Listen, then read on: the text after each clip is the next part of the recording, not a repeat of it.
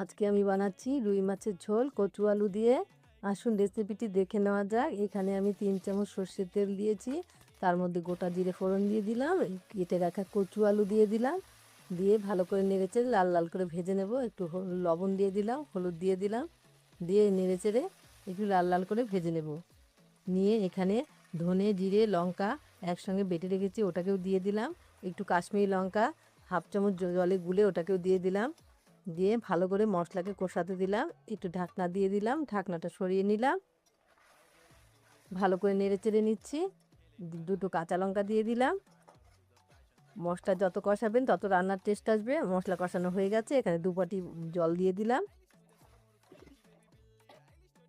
জল দিয়ে একটু ঢাকা দিয়ে দিলাম, ঢাকনা খুলে নিচ্ছি। ঝোল ফুটে উঠেছে, কচু আলু সেদ্ধ হয়ে গেছে। এখন ভেজে রাখা মাছগুলো দিয়ে দিচ্ছি। এভাবে করে বাড়িতে একদিন রুই মাছের ঝোল বানিয়ে খেয়ে দেখুন।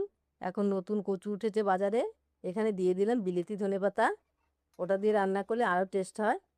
এভাবে একদিন রান্না করে খেয়ে দেখুন। আমার ভিডিওটি এই পর্যন্তই। নমস্কার।